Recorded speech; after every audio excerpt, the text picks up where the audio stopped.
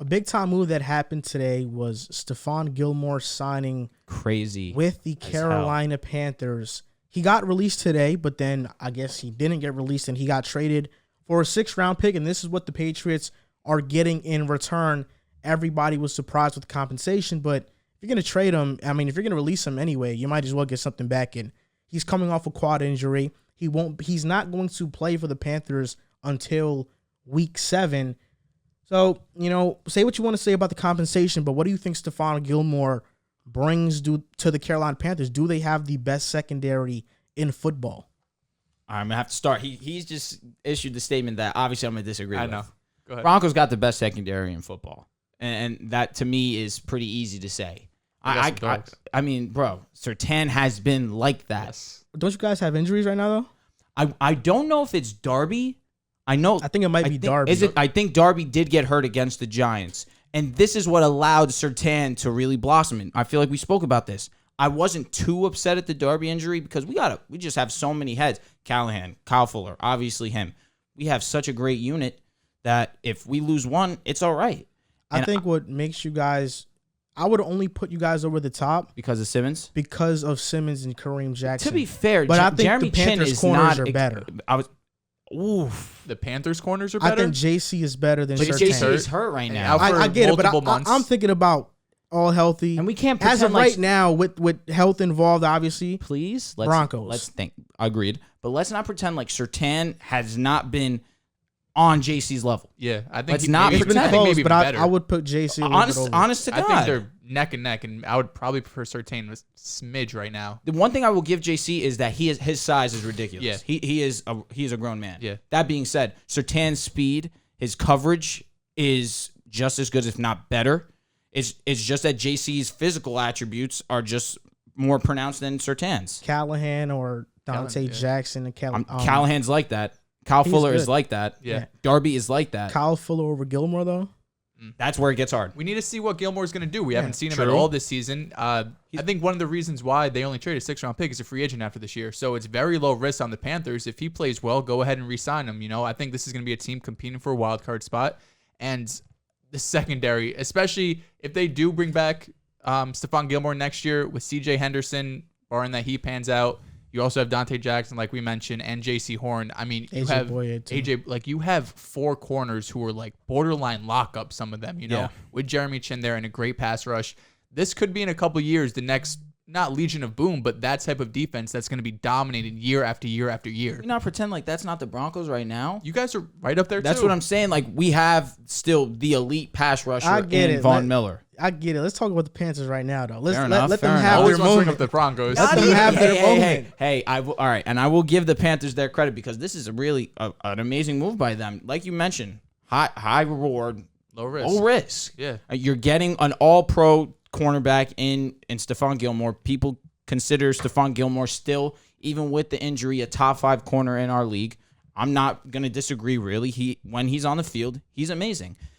You look at this team overall. Sam Darnold has been a surprise. Let's be honest. 5 rushing touchdowns. No one expected him to have the impact that he has had on the ground.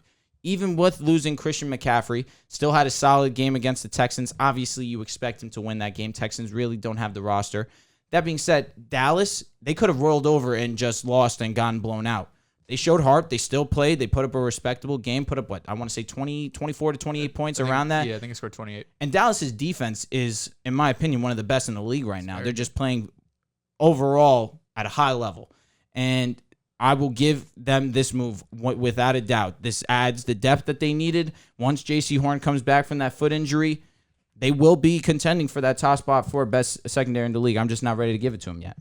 If I was a Panthers fan, I'd be leaning more on the fact that we have J.C. Horn and C.J. Henderson for the future. And I completely forgot about that. Then CJ. Yeah. I think Stephon Gilmore was a great move, but like you said, it's a prove-it move for Gilmore and for the Panthers.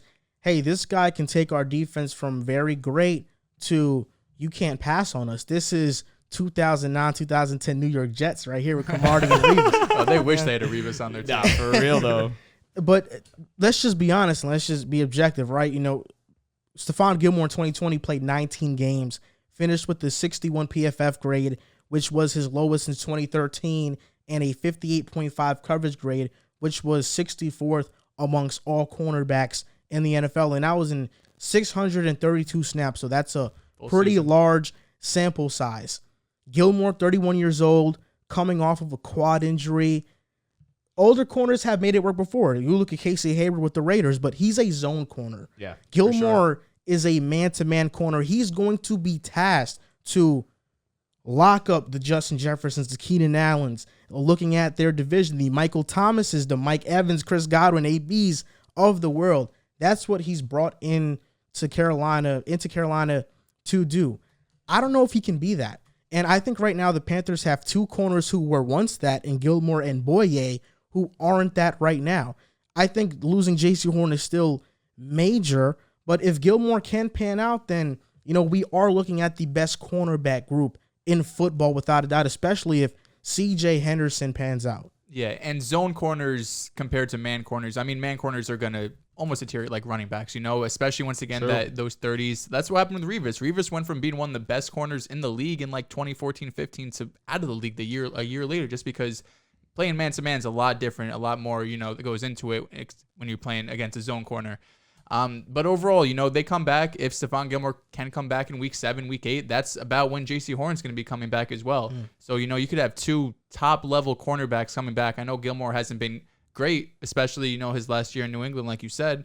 But I think, maybe he just needs a change of scenery. Obviously, it's a big injury. You don't just hurt your quad and you're out for 6 weeks. There must be something significant here.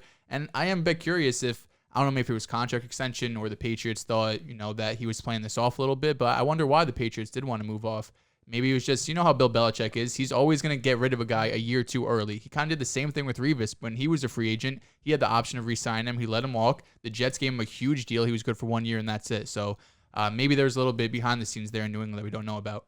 From what I read, Gilmore was due $14 million, or he wanted that. He's due $7 million, and that's half of his market value. And he was sitting out because he wanted that $14 million, and the Patriots weren't budging. And, by cutting him, they saved that and then signed Jamie Collins. They love Jamie Collins. I feel like that's just what the Patriots have done over the years. They did the same thing with Chandler Jones, had some kind of issue, they let him go. Jamie Collins, they let him go. Van Noy, same thing, they let him go. Ends up coming back. I mean, it wouldn't surprise me if he leaves, he's probably going to want his money. I don't see Gilmore probably returning, but this is just typical Patriots. It's really not a move that, well, I'll be honest. I read this morning that Gilmore was cut, and I was utterly shocked. Yeah. It wasn't news that I was expecting to hear today. But I still will say I'm not going to doubt the Patriots. I know we're talking about the Panthers here, but I'm not going to doubt this move from the Patriots either. I mean, clearly they understand that their team's going in a different direction, but I don't think that they're thinking we need to sign a 31-year-old corner who's going to want to have or be the most expensive contract on our payroll right now. It's not worth it for them. Now, another question I have. What is the Panthers' ceiling now? I don't know if this changes the needle incredibly. You know what I'm saying? Like, I don't think Stephon Gilmore comes in and they go from a borderline playoff team to winning the division. I still view them, Bucks, of course. Yeah, I still view them as a borderline wildcard team. If Stephon Gilmore pans out, then I think they're solidified as probably a top 3 defense this season. If he doesn't pan out, I still think they're going to have a great defense and, like I said, compete every week. I'll ask you and then I'll give my opinion. If Gilmore pans out, this is a secondary you can't pass on. And with that pass rush, as elite as it is, I don't know if they're not the top defense in the NFL. And with that defense and having weapons like Moore, Anderson, McCaffrey when he's healthy, that offensive line is an issue. But if they can just play average with the pieces they have, they can go to the NFC Championship. Ooh. In my head, though, what I'm thinking is that the pieces are there, but they are 3-1. They haven't been facing competition. The Jets week 1, week 2, the Saints, but they were a whole mess that week. Then week 3, the Texans. And against the Cowboys, they looked outmatched. I agree. The pieces to me are there, but I think they might be a year away. It's not That's this fair. year. They might be a year away, but the pieces are there. And what's interesting is you're gonna have to give Sam a contract very soon. That's why I think it was a win-win for the Jets, because Sam's looking great, but we're not ready to pay him, and that's gonna be a huge impact because once you pay that quarterback, especially the way Sam's playing, you're gonna have to give him $30+ million, and once you give him that contract, you can't re-sign all of these guys on defense. You know, the DJ Moore who's gonna be due for a contract extension. It's gonna shake things up. I will say I think that as good as the defense is gonna be. And this is going to maybe sound crazy because obviously running backs don't impact the game as much as other players do, except when your name's Christian McCaffrey. When you're Christian McCaffrey, you impact the game big as much as probably any player in the league outside of the obvious top 5 QBs. This man is the dual threat that every team would kill for. And you saw it against the Texans. The offense kind of stalled once he went out. I think they had 58, around like once he went out, I think in that second half they had like 30 yards max. You lose a guy like Christian McCaffrey, you need him back in your roster. Actually, he returned back to practice. I want to say either today or yesterday, something like that. Good, I need him too. You do, I didn't want to bring it up because I'm not trying to rub it. His fantasy team smoked me. Bro, man. Dropped like 200. Like, bro, it wasn't even close. My running backs gave me no production at all. Bro started Tyson Williams. He didn't even play. He was a healthy scratch. Explain that. Yeah, I didn't even know. I don't know why, but I will say McCaffrey, I believe he needs to be on the field for the Panthers to, like you say, go to the NFC Championship. I still think that's, in my opinion, that's a little strong. it is interesting because one of the teams that have to get over is the Bucks, and I like that being a divisional matchup. They know the Bucks. They play them twice every year, so they know they're scouting them well, obviously. So that is one team. I don't know if they could beat the Rams, but someone in their division, I could see possibly them upsetting. I don't know. the Matthew Bucks. Stafford too hasn't looked the best. He's looked great, but He's looked great, but not the best. but not the you know what I mean. I will address that, but I want to say Bucks. Like, the Cardinals was his game to go crazy. The Cardinals look otherworldly. But he's also coming off a huge win against the Bucks, where he looked really but good. their secondary isn't good. No, I agree. Who's the Bucks? But that's what I'm saying. That's where my concern is with the Bucks. Like, Yeah, this they have the division worst. if the Panthers, obviously their defense pans out to what it could be on paper. Hassan Reddick. Now I have a question. Did Hassan Reddick, is he going to miss time, or is it just a stinger and he'll be back next week?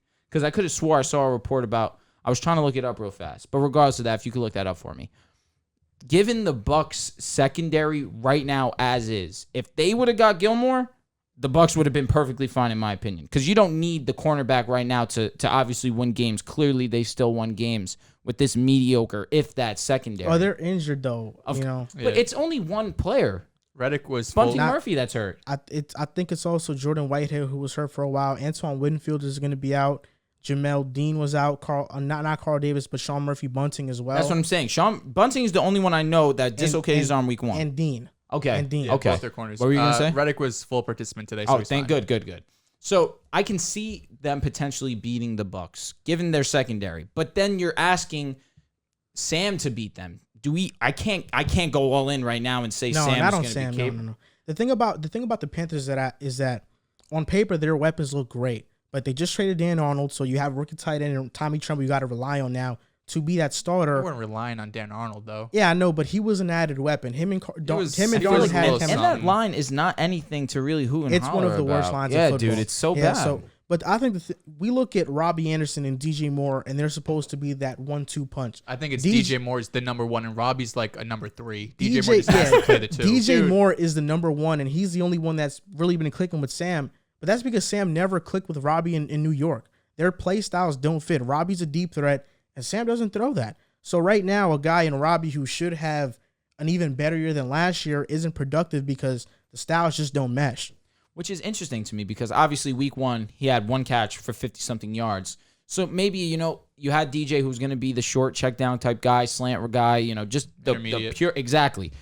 But you're not going to take the top off at least once or twice a game. DJ could do it too, though. That's the thing. DJ has easily proven that he is the guy. He's one of the best receivers in the NFL. Yeah. He's at least proven that up until this point.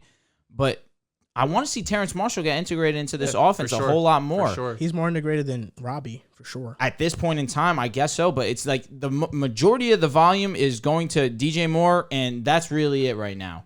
As it should be, especially with McCaffrey out. I think those are the two guys this offense should run through. But given the fact they have so many weapons, and we're spending way too much time on this one, but given the fact they have so many weapons, I wouldn't expect it to be so single-minded. You understand what I mean? It's like Robbie is like that. They both had 1,000 last season with Teddy Bridgewater, who I will never slander a day in my life ever again. And you bring in Terrence Marshall now, it's how can you really game plan for one specifically? Obviously, DJ Moore's the guy, but there should be more spreading the love that we're just not seeing.